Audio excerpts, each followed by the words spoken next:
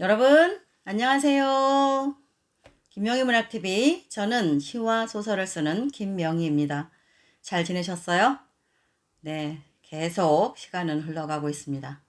오늘도 우리는 또 그냥 하루를 보낼 것이 아니고 우리 머리에 또는 우리 가슴에 에너지가 한 단계 더 충만하도록 시 공부를 하고 가겠습니다.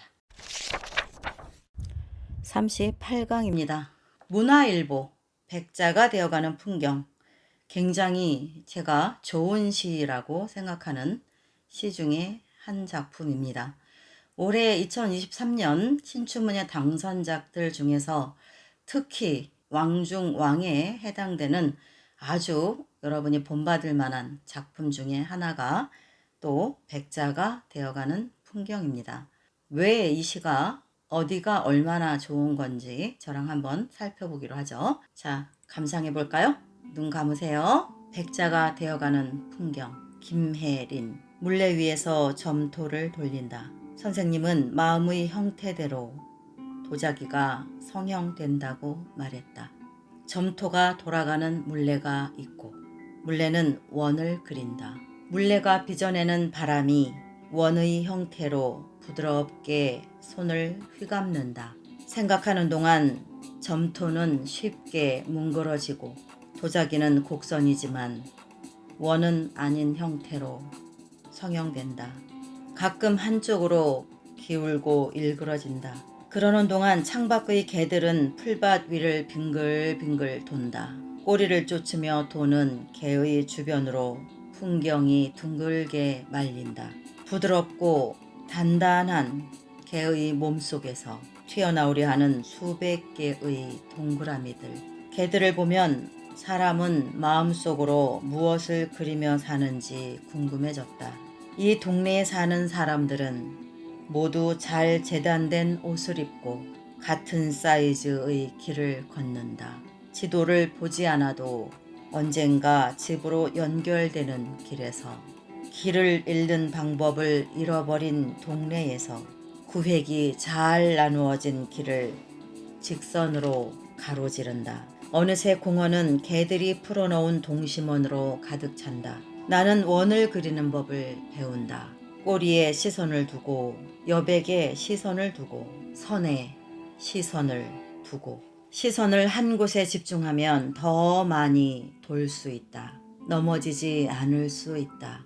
누군가 내 손끝과 반대쪽 손끝 사이의 거리를 잰다. 선은 아름답게 구부러져 있다. 원이 아닌 모든 곡선을 그리고 있다. 아직 백자가 어떤 모형으로 구워질지는 아무도 모르지만 나는 정성 들여 유약을 칠한다. 어디가 끝인지 알 수 없는 길에서 여기가 끝이라고 생각하는 사람의 마음은 희고 맑다. 어느새 풍경은 백자가 되어 있다. 자, 어떤가요, 여러분? 백자가 되어가는 풍경, 문화일보 2023년 시 당선작 김혜린 시인의 시입니다. 한번 볼게요. 이 영상도 제가 지난번에 찍었어요. 분명히 찍었는데 제 메일로 보내기를 했는데 어디로 갔는지 없어요. 두 번째 찍고 있어요. 두 번째 찍는 거가 정말 힘들어요.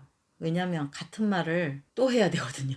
그래도 여러분에게 도움이 되는 일이라면 감내하면서 가고 있습니다. 여러분, 제 마음을 부디 많이 알아주시기를 바랍니다.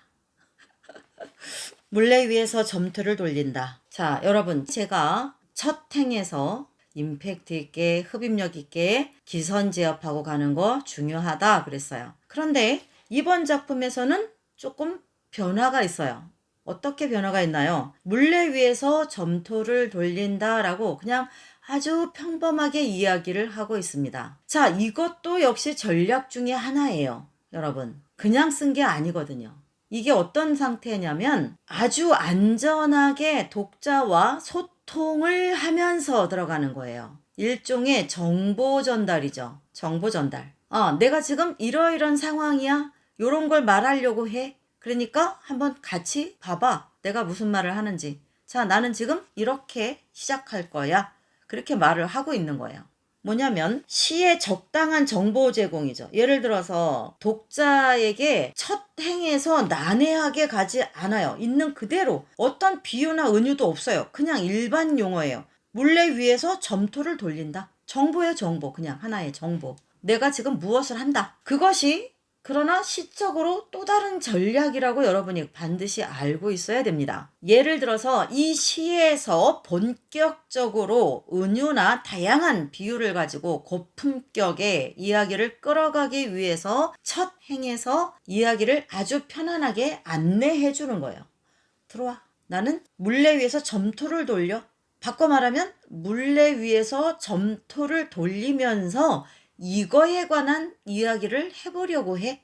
이런 이야기죠.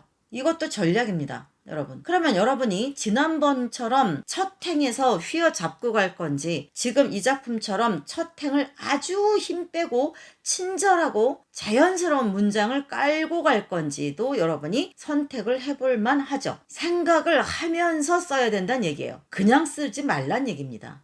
이 문장도 그냥 쓴 게 아니거든요. 여러분이 여기서 배울 것은 아무것도 정말 가미되지 않은 아주 단순한 문장 같지만 그렇지 않다는 거예요. 전략이라는 거죠. 여러분이 어떤 방법으로 어떤 시에서 어떻게 해야 되겠구나. 다양한 지난번에 말씀드렸던 것과 이번에 우리가 보고 있는 이 두 가지의 전략 중에 취사 선택하면서 한번 배워볼 만하다는 겁니다.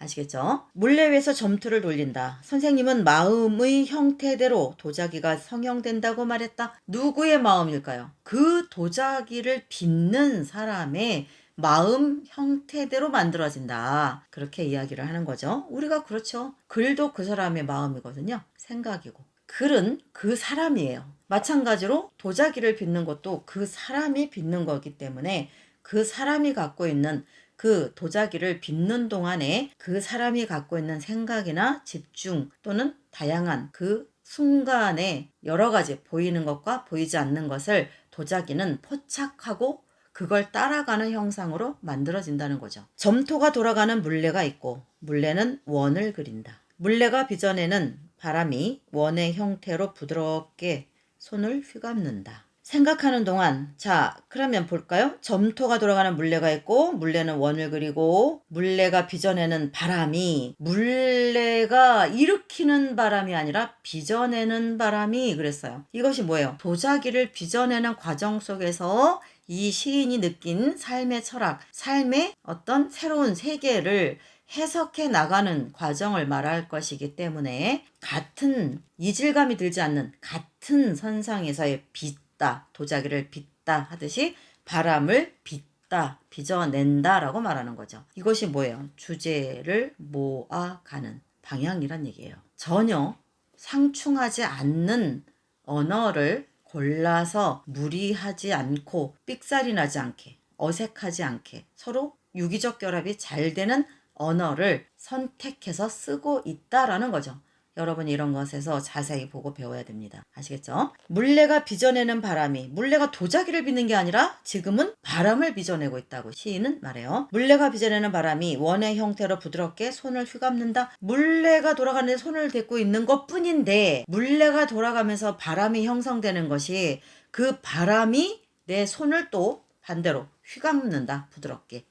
여러 가지 입체적으로 지금 보고 있죠. 그죠? 생각하는 동안 점토는 쉽게 뭉그러지고 생각하는 동안 점토는 쉽게 뭉그러진다. 왜 그럴까요? 집중 못하니까. 다른 생각을 아차 하는 동안에 바로 뭉그러지는 거죠. 생각하는 동안 점토는 쉽게 뭉그러지고 도자기는 곡선이지만 원은 아닌 형태로 성형된다. 곡선이지만 원은 아니라는 거예요. 원은 뭐예요? 지름이 똑같고, 그죠? 어느 방향에서 재도 지름이 다 똑같죠. 정확하게 원의 형태는. 그러나 곡선은 어때요? 타원형도 있고 유선형도 있고 우그러지기도 하고 그래서 좌우 어느 지름도 일정한 곳이 없어요. 굉장히 자유분방하다고 말할 수 있고 바꿔 말하면 형상이 똑같은 게 만들어질 수가 없는 것이죠. 왜 그럴까요? 어떤 형틀에서 만들어지는 게 아니고 이 움직임이 다양한 사람의 손이 하나의 주형 틀이 되기 때문에 고정되지 않기 때문에 그런 거죠. 그죠? 그것을 이 시인은 다양성과 자연미로 순수성, 자율성으로 말하고 싶은 것 같아요. 제가 보면. 그러는 동안 창밖의 개들은 자, 어떤 그 물레가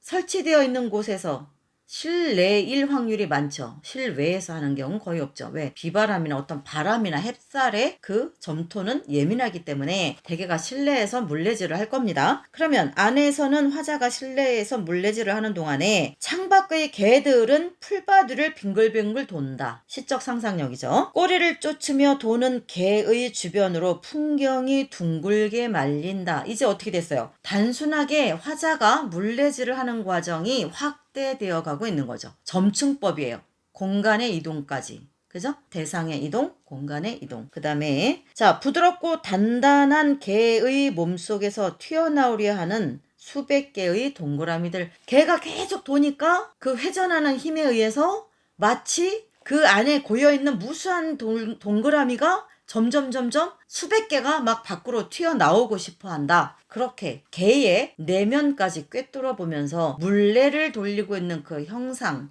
그 단순한 그 형상을 개에까지 이입시키는 거죠. 이입시키는 거예요. 이동시키는 거죠. 확대해 가는 거예요. 개들을 보면 사람은 마음속으로 무엇을 그리며 사는지 궁금해졌다. 개들이 뱅글뱅글 도는 걸 보면서 그럼 사람은 마음속으로 뭘 그리며 살지? 궁금해졌대요. 이 동네에 사는 사람들은 모두 잘 재단된 옷을 입고 같은 사이즈의 길을 걷는다. 그렇죠? 보도블록 다 같은 사이즈의 길을 걷죠? 어느 누구도 새로 나는 내 길만 다닐 거야. 내가 만들 거야. 난 자연스러운 길을 원해. 따로 만들어서 그 길로 다니는 사람은 없어요. 다 똑같은 길을 다녀요. 나가면. 획일적이죠. 모두 잘 재단된, 자르고 만들어진 잘 재단된 옷을 입고 같은 사이즈의 길을 걷는다. 지도를 보지 않아도 언젠가 집으로 연결되는 길에서 결국은 뭐예요? 길을 잃어도 계속 가다 보면 결국은 그 마을, 내가 사는 동네로 돌아올 수밖에 없는 그 모든 길은 돌고 하면서 그 안에서 연결되거나 나갔다 들어오거나 하는 그 길의 특성을 이야기하죠. 연결되는 길에서 길을 잃는 방법을 잃어버린 동네에서 길을 잃어버리고 싶어도 잃어버릴 수가 없다는 거예요. 굉장히 역설적이고 재밌죠. 길을 잃는 방법조차 잃어버린 동네다. 너무나 정확하고 너무나 아주 공식적으로 뻔한 길만 있는 거죠. 새로운 길이란 없어요. 그러니까 늘 눈 감고도 다니는 길밖에 없는 거예요. 그러니까 길을 잃고 싶어도 잃는 방법이 없어요. 그런 동네에서 구획이 잘 나누어진 길을 직선으로 가로지른다. 왜 이런 이야기를 계속 할까요? 물레에서 백자, 그 곡선을 만들어가는 이야기에 점차적으로 점점 깊이 천착해 들어가면서 길, 곡선 이런 그 공통화된 그 이미지들, 그 의미들의 그 이면으로 점점 깊이 들어가는 거죠. 일관적인 거죠. 우왕좌왕하는 게 아닌 거죠. 횡설수설하지 않고 있다는 거죠. 정확히 한 방향으로 몰입을 해서 독자를 유인해서 가는다는 얘기예요. 알겠죠? 어느새 공원은 개들이 풀어놓은 동심원으로 가득 찬다. 왜일까요? 요즘에 워낙 반려견들이 많죠. 그죠? 사람의 숫자와 반려견의 숫자가 거의 동급일 정도로 또는 많이 차이가 나지 않을 정도로 개가 많습니다. 공원에. 그러니까 어느새 공원은 개들이 풀어놓은 동심원으로 가득 찬다. 나는 원을 그리는 법을 배운다. 꼬리에 시선을 두고 여백에 시선을 두고 선에 시선을 두고 시선을 한 곳에 집중하면 더 많이 돌 수 있다. 넘어지지 않을 수 있다. 여러분 왜 우리가 그 제자리에서 뱅뱅뱅 돌아보면 알죠? 그죠? 누군가 내 손끝과 반대쪽 손끝 사이의 거리를 잰다. 이쪽에서 이쪽까지 거리를 잰대요. 선은 아름답게 구부러져 있다. 그죠? 왜? 물레를 돌리고 있으니까. 그죠? 원이 아닌 모든 곡선을 그리고 있다. 자, 원이 아닌 여기서 원은 뭐예요? 사회적인 어떤 규범 속에 딱 들어맞아 있는 획일적인 닮은 꼴, 개성이 없는 그죠? 한 방향으로만 모두가 나아가는 공통적인 그런 획일적인 사회를 이야기하는 거예요. 틀에 박힌. 그런데 원이 아닌 모든 곡선을 그리고 있다. 뭐예요? 자유, 생동감, 자율성, 창의적인 발상 그런 거죠. 그죠?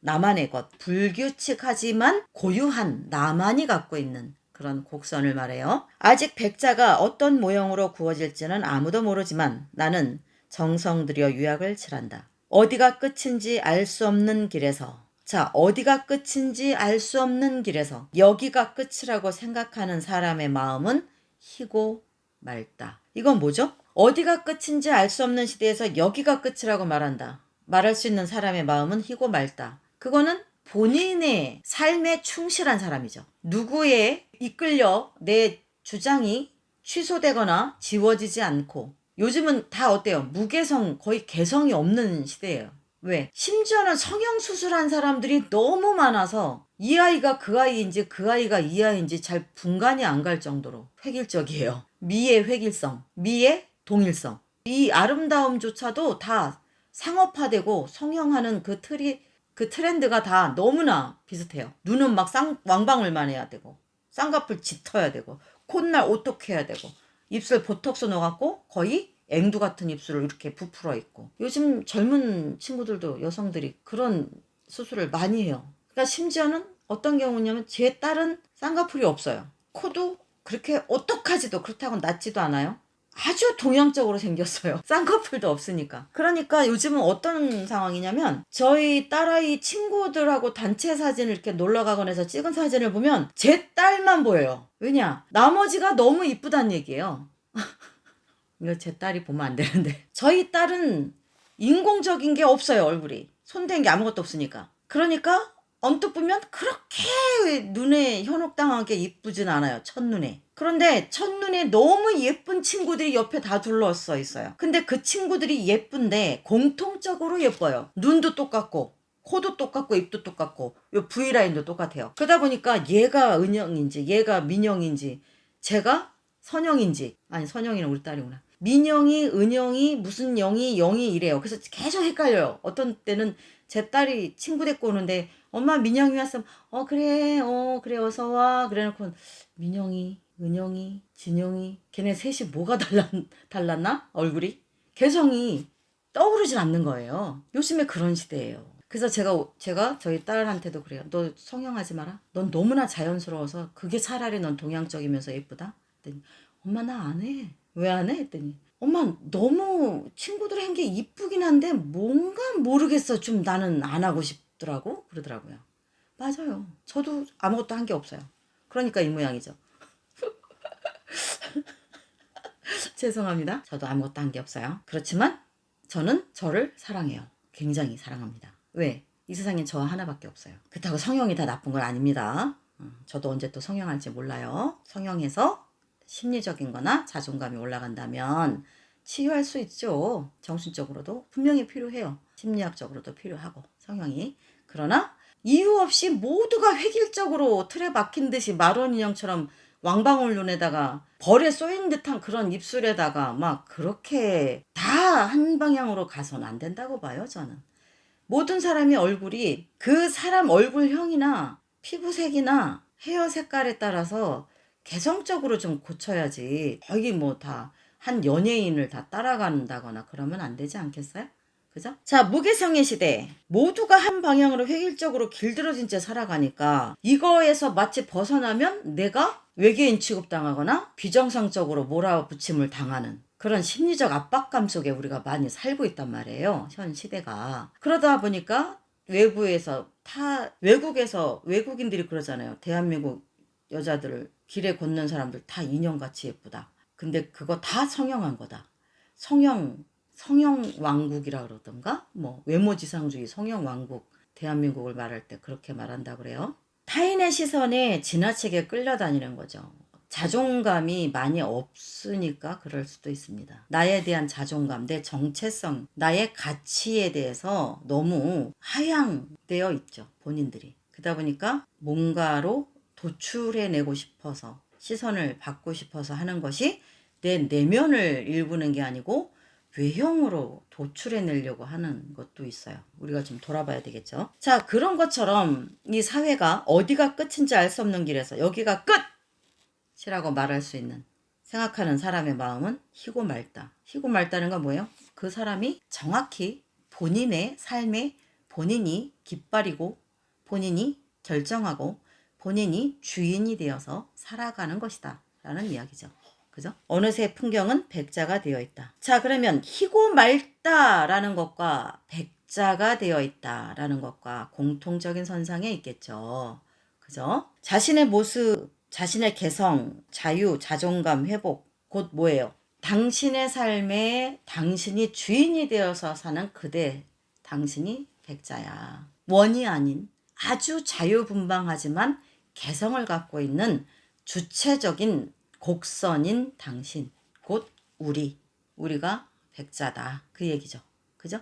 뭐예요? 우리 모두의 순수하고 우리 자체의 아름다움이 중요하다라는 이야기를 이 시에서는 하고 있는 것 같아요. 자, 볼까요? 그러면 이제 심사평 볼게요. 마음의 형태를 부드러운 조형미에 빼어나게 견줘. 그죠? 마음의 형태를. 우리는 어떤 마음으로 살아갈 거냐? 기계로 찍힌 듯이 마론 인형처럼 척척척 플라스틱 찍어서 만들어 나오는 인형처럼 팔등신 기가 막힌 그런 미인, 인공적 미인으로 가는 게 옳은 건가? 아니면 조금은 부자연스럽고 조금은 빼어나게 아름답지 않아도 조금은 오똑하지 않아도 조금은 왕방울이 아니라도 그 사람이 갖고 있는 마음 또는 그 사람이 유지하고 있는 그 사람 자체의 정체성, 그죠? 그 사람이어야 하는, 그 사람을 봐야만 보이는 그런 것이 중요하다라고 이야기하는 거예요. 쭉 읽어볼게요. 시 부분에 응모한 작품들을 세밀하게 읽었다. 작년에 비해 응모 편수는 조금 줄었지만 응모작들의 수준은 높다. 는 데에 심사위원들은 의견을 같이 했다.